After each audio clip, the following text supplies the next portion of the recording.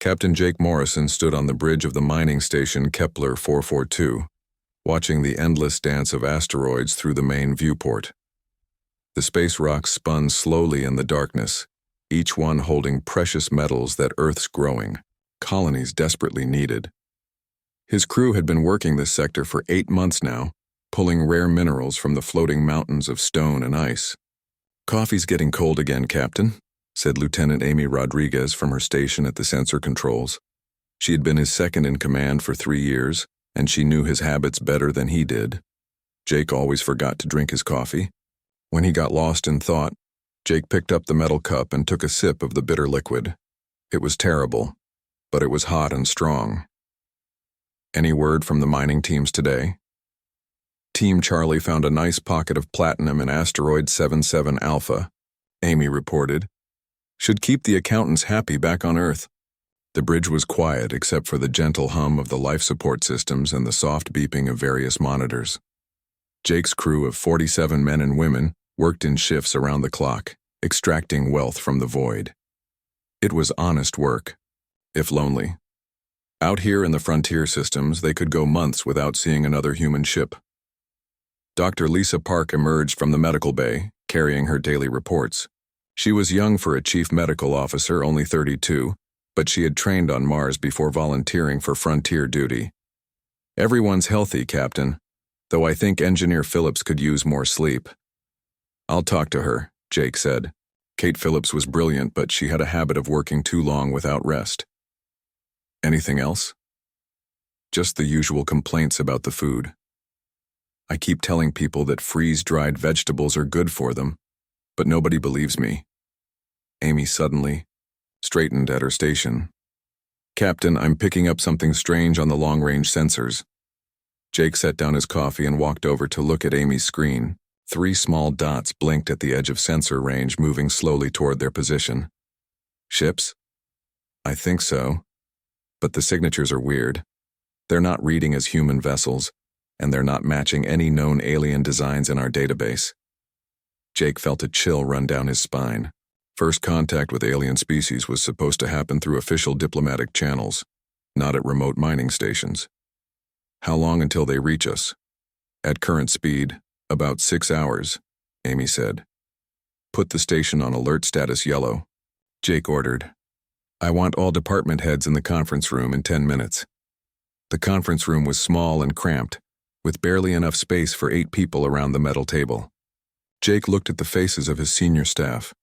They were good people, experienced and reliable, but none of them had trained for this kind of situation. "The ships are definitely not human," Amy reported to the group. "They're about the size of our frigates, but the hull designs are completely different. And Captain, they're sending out distress signals." Chief Engineer Kate Phillips leaned forward. "Distress signals? What kind?" "Universal mathematical sequences, basic geometric patterns that any spacefaring species would recognize as a call for help." Jake rubbed his chin. According to regulations, he should immediately contact Earth Command and wait for instructions. But that would take weeks. And if these aliens were in real trouble, they might not have weeks. "Dr. Park, do we have any idea what kind of life support these beings might need?" Lisa shook her head. "Without knowing their biology, it's impossible to say. But if they're sending distress calls, they're probably in bad shape." Security Chief Ben Walsh spoke up. "Captain, we have to consider the possibility that this could be some kind of trap." Jake nodded. Ben was right to be cautious, but something in his gut told him these aliens weren't hostile. "Keep our weapons powered but not targeted. I want to help them if we can, but I won't risk this crew unnecessarily." 4 hours later, the 3 alien ships limped into visual range. Jake stared at them through the main viewer, amazed by their strange beauty. The hulls seemed to be made of some kind of living material, with organic curves and surfaces that pulsed with soft bioluminescent light. But it was clear they were dying. Sections of hull had been torn away, and dark fluid leaked from multiple wounds. "Captain, we're receiving a transmission," Amy announced. "Put it through." The main screen flickered, and suddenly they were looking at an alien face. The being had smooth, bluish skin and large, dark eyes that held obvious intelligence. Its features were oddly graceful, almost dolphin-like, and it wore what appeared to be some kind of breathing apparatus. When it spoke, the words were translated by their computer systems into accented but understandable English. Human vessels, I am Elder Kethvar of the Zephyri people. We are refugees seeking sanctuary. Our ships are failing, and our people are dying. We have been turned away from every world in this sector. Please, we beg for your mercy. Jake felt his heart clench. The alien's voice carried such pain and desperation that it transcended species. Elder Kethvar, this is Captain Morrison of the mining station Kepler 442. How many of your people are aboard those ships? 12,000 souls, Captain Morrison. Men, women, and children. We have been traveling for many months since our exile from Coalition space. 12,000 refugees packed into 3 damaged ships. Jake could barely imagine the suffering they must be enduring. Elder, what kind of assistance do you need? Our life support systems are failing. Our food supplies are nearly exhausted. Many of our wounded are beyond our ability to treat. We ask only for supplies and temporary shelter while we repair our vessels. Jake looked around the conference table at his officers. Ben Walsh was frowning, clearly unhappy about the security implications. Kate Phillips was studying readouts of the alien ships, probably already thinking about how to help fix them. Dr. Park was focused on her medical scanner, trying to understand Zephyri biology from the transmission. Captain, Amy whispered, Earth Command regulations are clear about first contact situations. We're supposed to avoid direct involvement until diplomatic protocols can be established. Jake knew she was right, but he also knew that by the time Earth's diplomats finished their procedures, these Zephyri would be dead. He thought about his own daughter back on Earth, safe and happy in school. What if she were trapped on a dying ship in alien space begging for help? Elder Kethvar, we will provide whatever assistance we can. Please transmit your ship's specifications so our engineers can determine how to help with repairs. The alien's large eyes seemed to fill with tears of relief. Captain Morrison, your kindness may save my people. We will not forget this. Over the next several hours, Jake watched his crew work with incredible efficiency to help the aliens. Dr. Park and her medical team managed to adapt human medical supplies for Zephyri physiology. Kate Phillips and her engineers figured out how to patch the worst hull breaches using materials from the mining operation. The kitchen staff worked around the clock to prepare food that the Zephyri could digest. Jake stood on the bridge, watching human shuttles ferry supplies to the alien vessels. His crew was working harder than they ever had, driven by the simple human instinct to help those in need. Captain, Amy said quietly, Earth Command is going to want answers when they find out about this. Jake nodded. His career was probably over. The regulations he had violated were clear, and the bureaucrats back on Earth wouldn't care about 12,000 dying refugees. But as he watched Zephyri children playing in the temporary habitats his crew had constructed, Jake knew he had made the right choice. Send a message to Earth Command, he told Amy. Tell them we have initiated first contact with a refugee species and are providing humanitarian assistance. And Amy, encrypt it with my personal authorization codes. Yes, sir. Jake picked up his coffee cup and found it was cold again. But for the first time in months he was smiling. Sometimes doing the right thing was more important than following orders. 3 weeks had passed since the Zephyri ships arrived at Kepler 442, and the mining station had transformed into something nobody could have imagined. What started as a simple rescue mission had become the most incredible partnership Jake Morrison had ever witnessed. The morning alarm rang through the station as usual, but now it was followed by the soft musical tones that the Zephyri used to wake their children. Jake walked through the corridors and saw human technicians working alongside blue-skinned aliens, their different technologies somehow fitting together perfectly. Captain Morrison to the docking bay, came Amy Rodriguez's voice over the intercom. We have a situation. Jake hurried to the main docking bay, expecting another emergency. Instead, he found Amy standing with Elder Kethvar, both of them staring at something that made Jake's jaw drop. One of the damaged Zephyri ships was hovering above the deck, its hull completely healed. The organic material had regrown over the wounds, leaving smooth, healthy surfaces that pulsed with gentle light.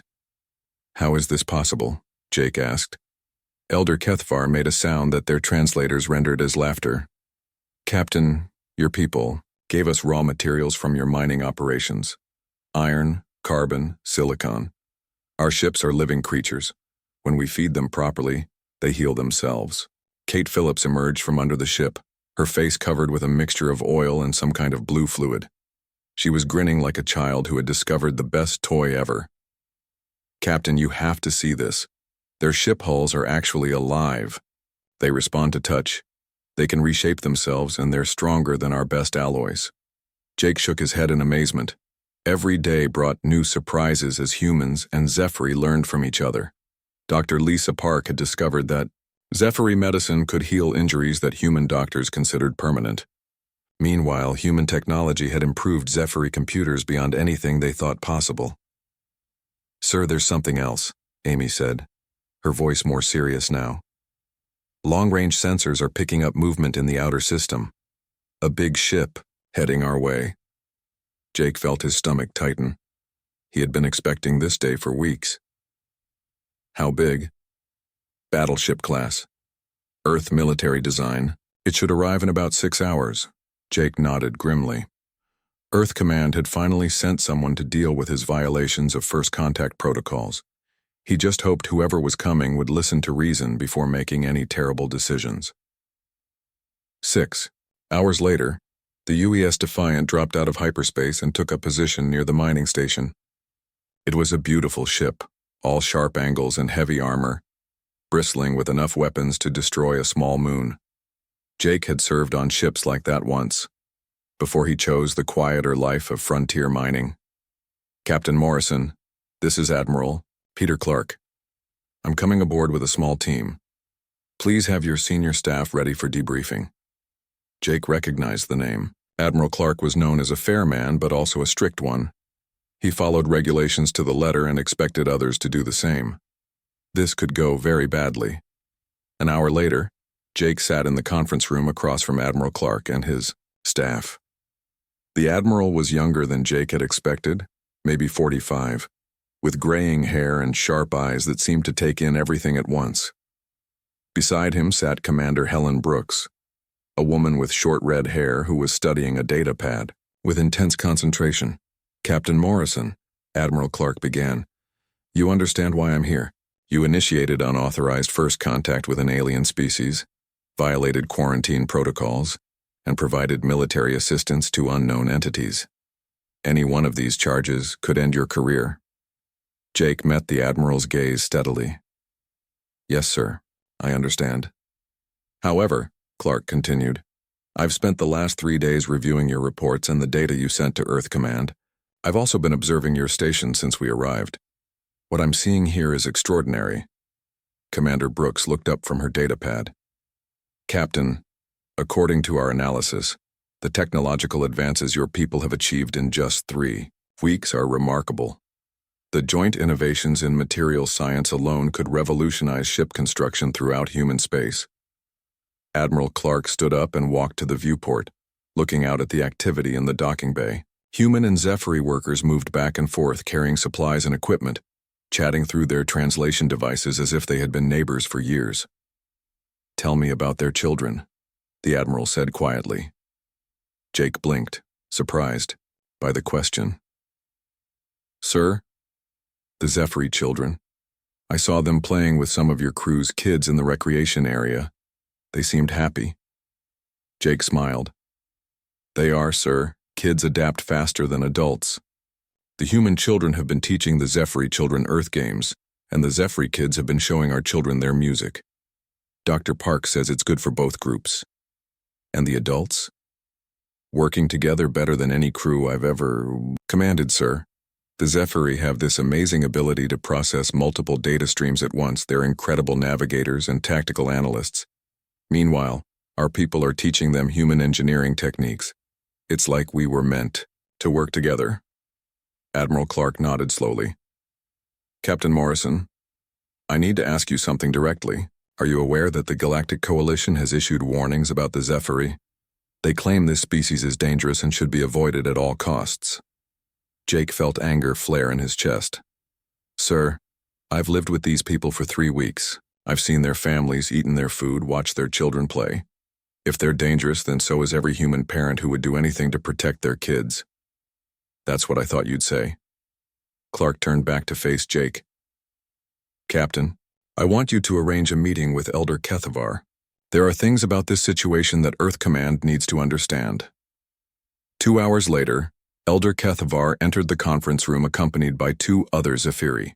One was a warrior named Nethara, tall and graceful with scars along her arms.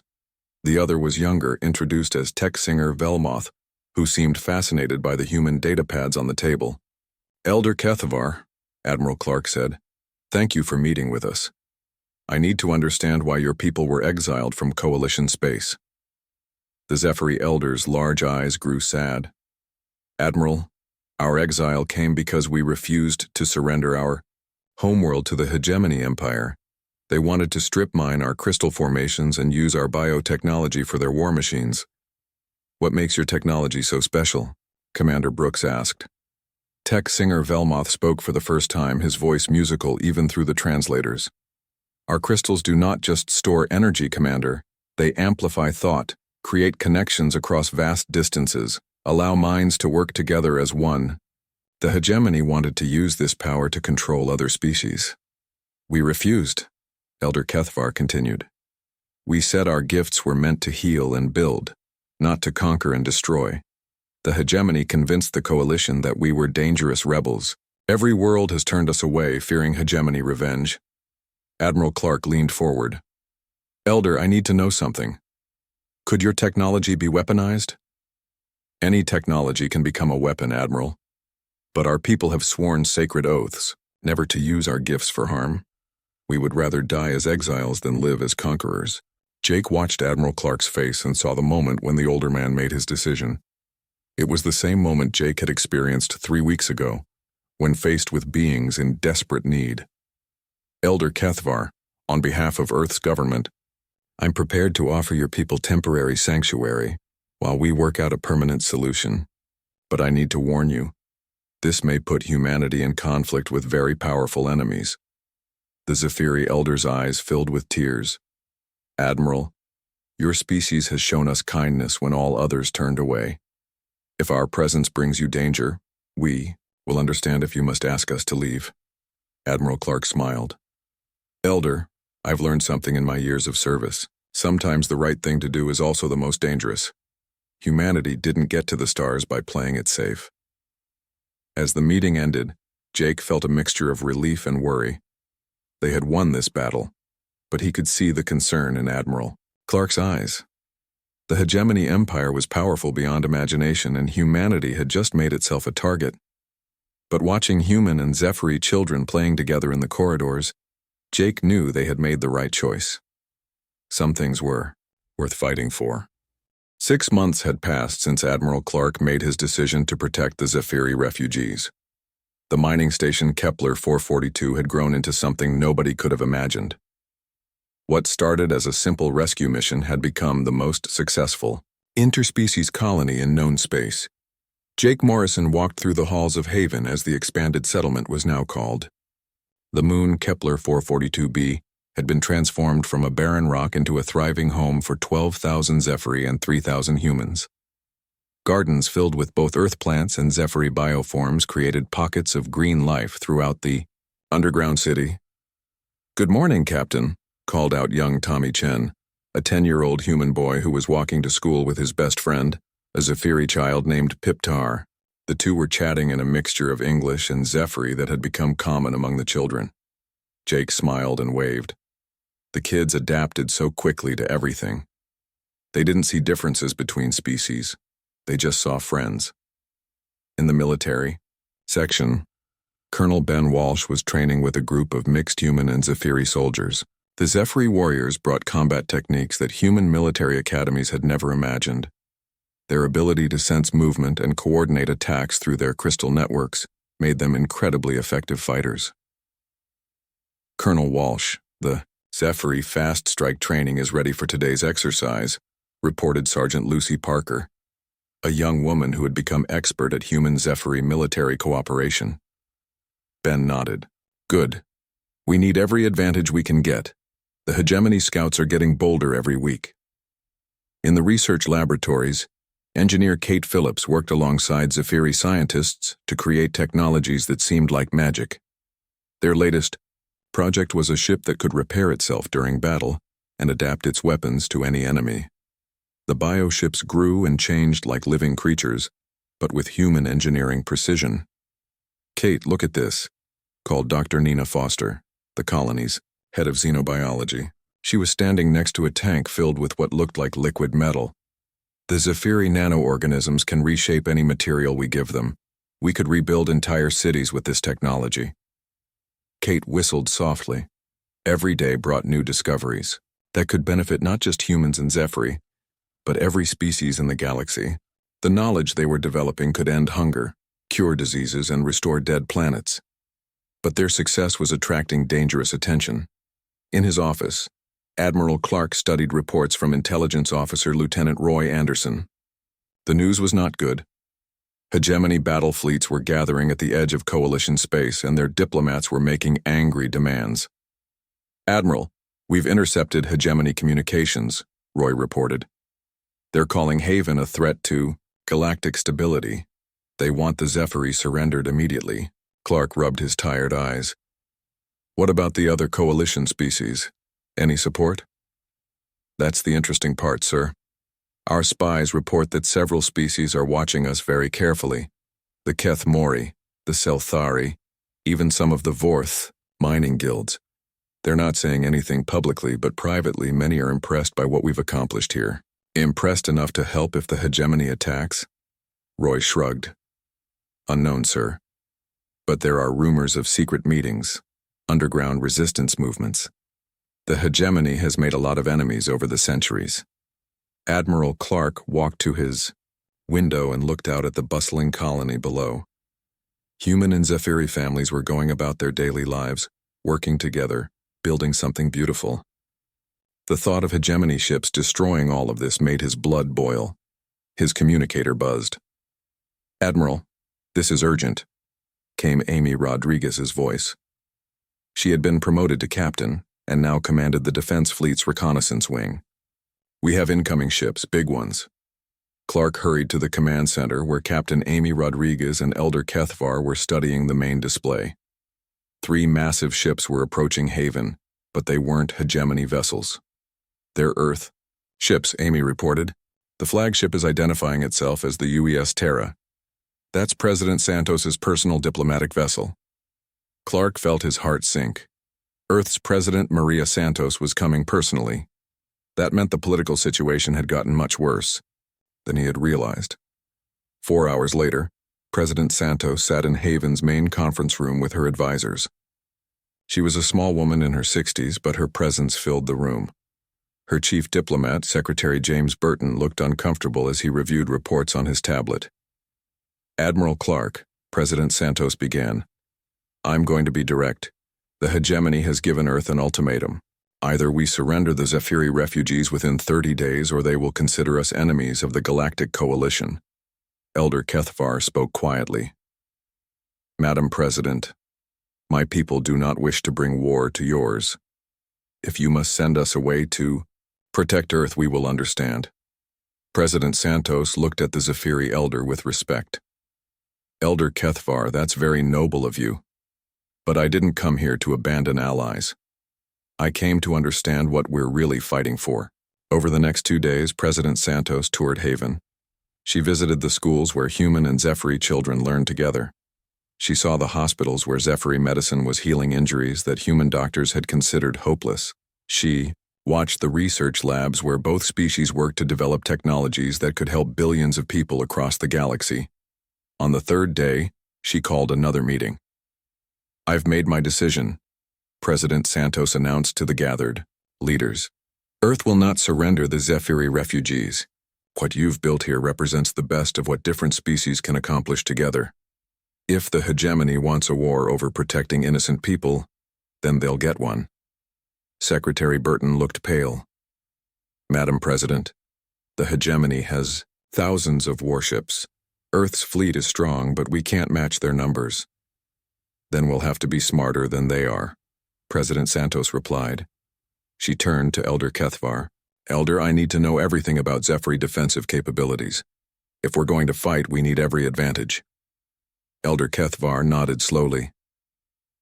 Madam President, our people have many abilities we have not yet shared. We hoped never to use them for war. But if we must defend our new home and our human friends, we will do what is necessary. Tech singer Velmoth stepped forward. Our crystal networks can create quantum communication links across any distance. We can coordinate fleets perfectly, share tactical information instantly, and confuse enemy targeting systems. Fleet singer Nethara, the Zephyr military leader, added, Our bioships can adapt to any weapon used against them. After the first attack, hegemony weapons become useless, and our warriors can fight in ways no enemy expects. President Santos smiled grimly. Good. Admiral Clark, I want you to prepare Haven's defenses. Use everything our alliance has learned. Colonel Walsh, coordinate with the Zephyr military leaders. We need joint human Zephyr strike teams ready for anything. As the meeting ended, Jake Morrison approached President Santos privately. Ma'am, thank you for standing with us. A lot of politicians would have made the easy choice. President Santos looked tired but determined. Captain Morrison, my granddaughter is 8 years old. Someday she might live in a galaxy where different species work together to solve problems instead of conquering each other. What you started here could be the beginning of that future. That's worth fighting for. That evening, as Haven prepared for the war that seemed inevitable, Jake stood on an observation deck with Elder Kethvar, watching human and Zephyr children playing in the gardens below. Elder, do you think we can win against the hegemony? Kethvar was quiet for a long moment. Captain Morrison, when my people first arrived here, we were broken and hopeless.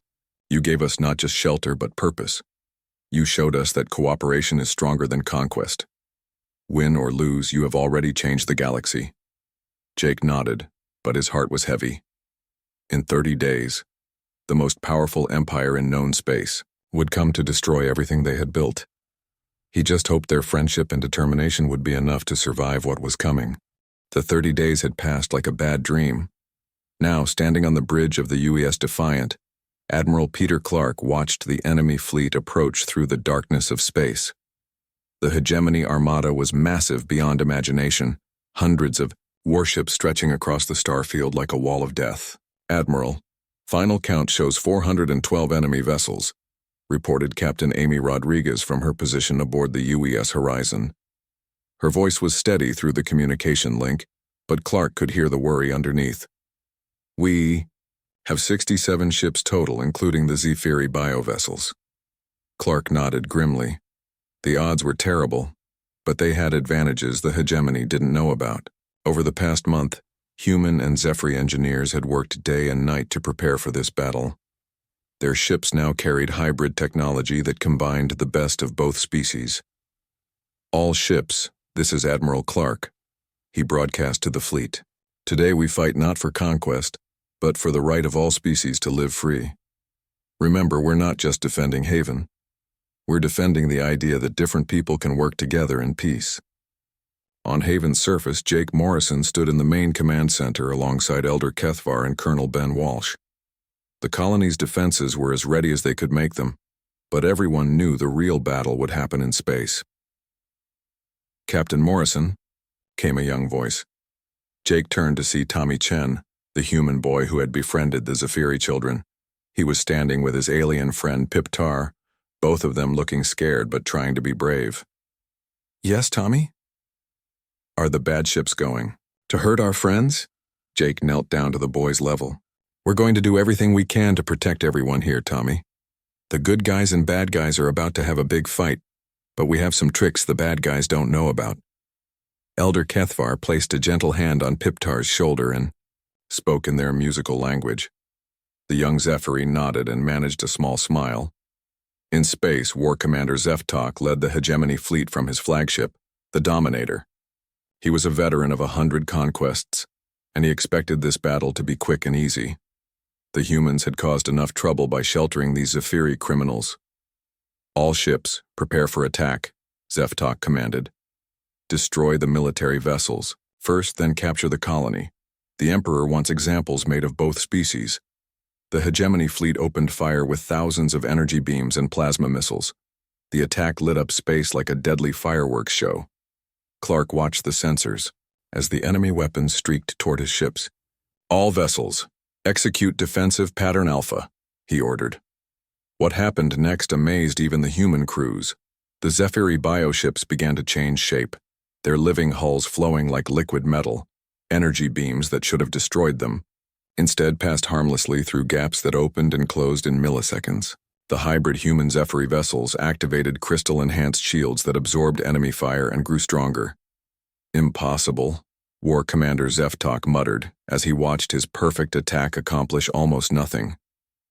What kind of technology is this? Fleet Singer Nathara smiled from the bridge of her bioship Harmony. Time to show them what cooperation can do, she said in her musical voice. Through the crystal network, she shared tactical information instantly with every ship in the Allied fleet. Captain Amy Rodriguez received the Scifi battle data directly into her mind through the crystal link her ship carried. Suddenly, she could see the positions and intentions of every enemy vessel as clearly as if she were looking at a map. All human ships, execute strike pattern Delta 7, she commanded, using tactics that combined human aggression with Scifi precision. The Allied fleet struck back with devastating effect. Human ships armed with crystal-enhanced weapons tore through hegemony shields like paper. Scifi biovessels flowed around enemy formations, striking weak points with surgical precision. The crystal network allowed perfect coordination that no enemy could predict or counter. But the hegemony had numbers and War Commander Zeftok was learning fast. Focus fire on individual targets, he ordered. Overwhelm their defenses with concentrated attacks. The strategy worked. Despite their advanced technology, the Allied ships began to take heavy damage under focused assault. The UES Courage exploded, in a ball of fire taking 90 brave souls with it. 3 Scifi bioships were torn apart by massed plasma cannon fire. Admiral, we're losing ships faster than we can replace them, Amy reported. Her own vessel shook under enemy fire as she spoke. Clark gritted his teeth. They needed help, but Earth's reserves were weeks away.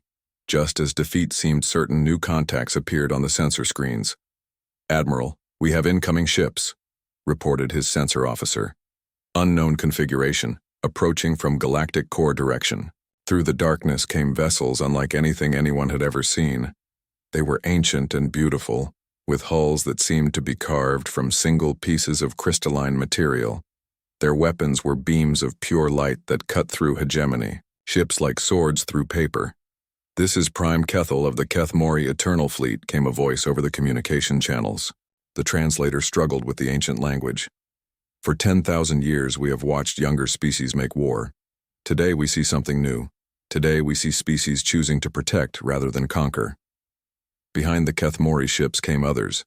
Selthari trading vessels armed for war. 4th mining ships converted to fighters.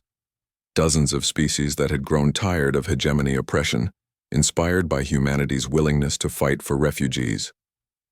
War Commander Zeftok stared in horror at the largest fleet alliance in galactic history. Retreat, he ordered. All ships, immediate withdrawal. But it was too late. The Allied forces surrounded the hegemony fleet, and the crystal network coordinated them all.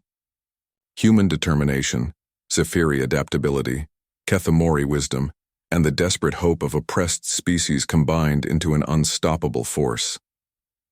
The battle turned into a rout. Hegemony ships fled in all directions as the Allied fleet tore through their formations.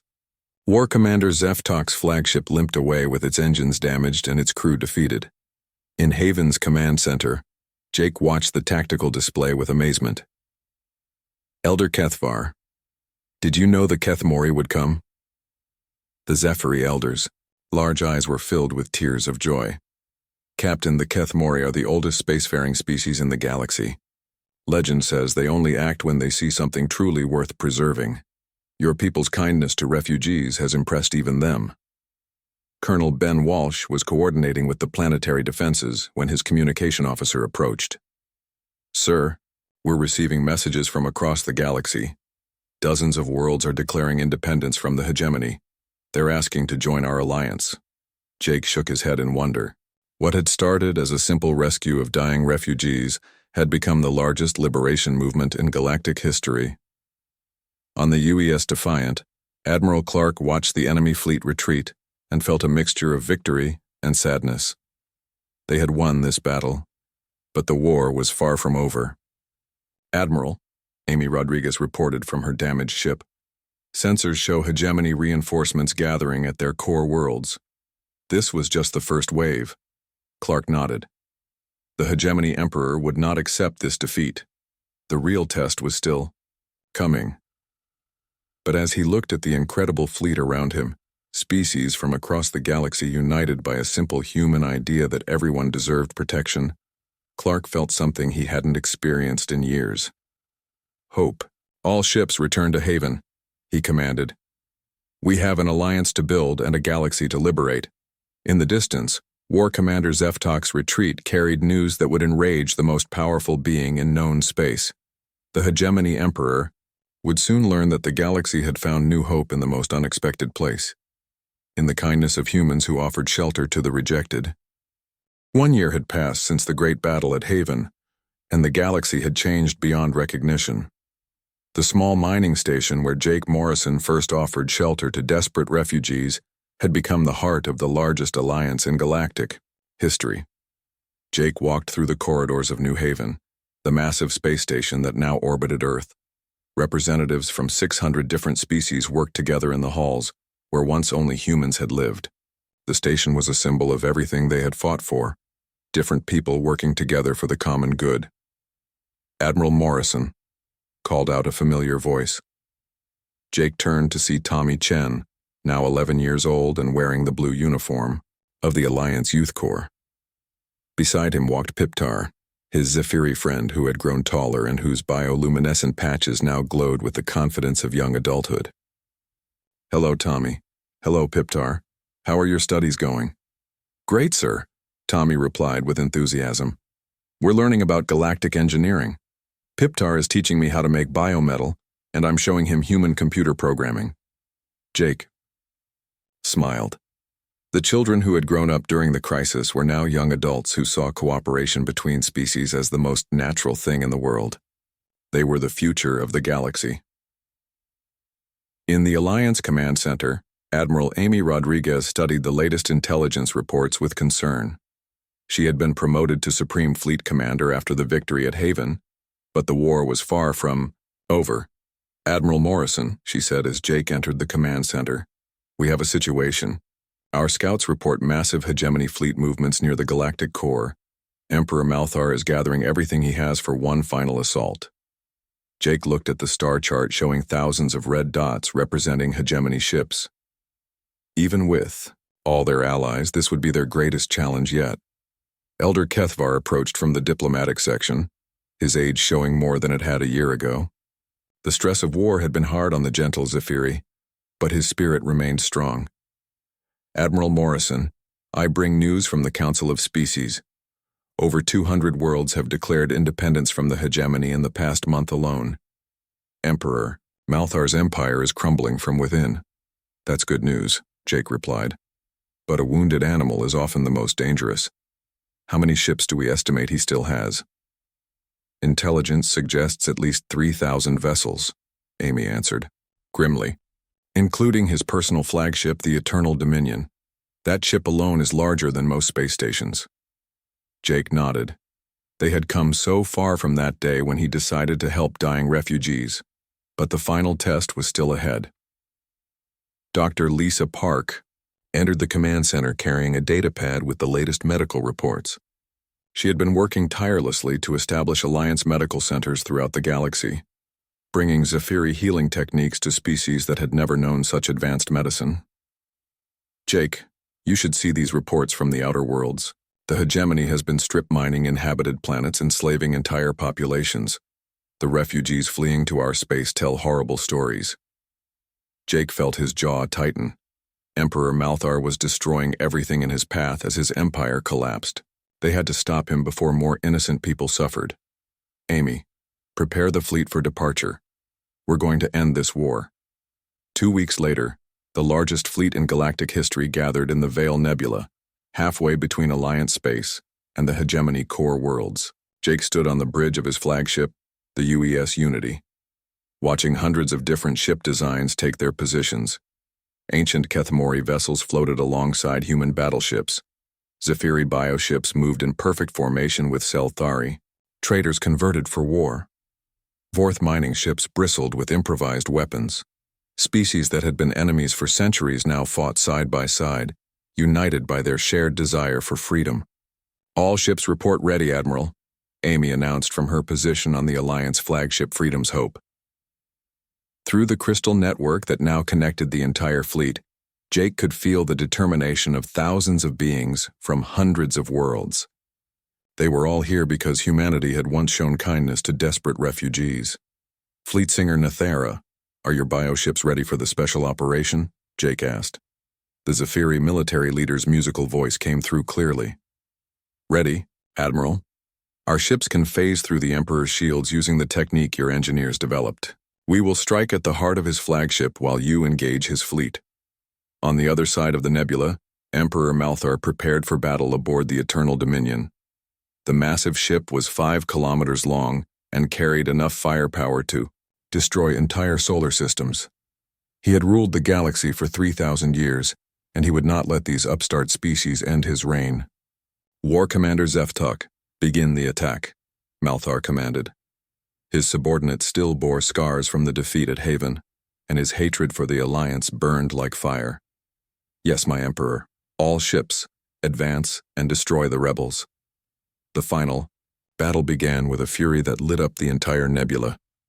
3,000 hegemony ships attacked the Alliance fleet with everything they had. Energy beams and plasma missiles filled space as the two forces collided. Jake watched his tactical display. As the battle unfolded, the Alliance ships used every advantage their cooperation had given them. Crystal networks allowed perfect coordination. Bioships adapted to enemy weapons. Human determination pushed beyond normal limits. But the Emperor's forces were vast, and they fought with the desperation of those who knew. Defeat meant the end of everything they had built. Admiral, we're taking heavy casualties, Amy reported. Her ship shook under enemy fire as she spoke. The hegemony is throwing everything at us. Jake made the hardest decision of his life. All ships, execute Operation Liberation. Nethera, you're clear to proceed. Fleet Singer Nethera led her bioships in a desperate charge toward the Eternal Dominion. Their living hulls flowed like water, passing through the massive ship's energy shields. Inside the enemy flagship, Zephyri warriors and human special forces fought through corridors filled with surprised hegemony troops. Emperor Malthar retreated to his throne room, a vast chamber filled with the stolen treasures of 1,000 conquered worlds. He was ancient and powerful, but for the first time in millennia, he felt fear. Your Majesty, reported one of his guards, enemy forces have breached the inner defenses. They will reach the throne room in minutes. Malthar activated his personal weapon systems. If these rebels wanted to face him, he would show them the power that had conquered the galaxy. The throne room doors exploded inward, and through the smoke came Jake Morrison, Fleet Singer Nethera, and a squad of Alliance fighters representing a dozen species. They moved with the confidence of those fighting for something greater than themselves. Emperor Malthar, Jake said calmly, your empire is finished. Surrender now, and we'll show you the mercy you never gave others. The ancient emperor laughed, but there was no humor in it. You think you can replace what I built with your naive dreams of cooperation? The galaxy needs strong leadership, not your weakness. We're not weak, Jake replied. We're stronger than you ever were, because we fight for each other instead of against each other. The battle was brief but decisive. Emperor Malthar fell not to superior weapons but to the coordinated efforts of species he had tried to keep divided. His 3,000-year reign ended in a chamber filled with beings working together for freedom. 6 months later, Jake stood in the Great Assembly Hall of New Geneva, Earth's capital city. Representatives from 600 species had gathered. for the first Galactic Congress in history. Instead of one emperor ruling through fear, the galaxy would now be governed by cooperation and mutual respect. Admiral Amy Rodriguez approached the podium to address the gathered delegates. Her words were translated into hundreds of languages as she spoke. "Citizens of the galaxy, we gather today not as conquerors, but as neighbors.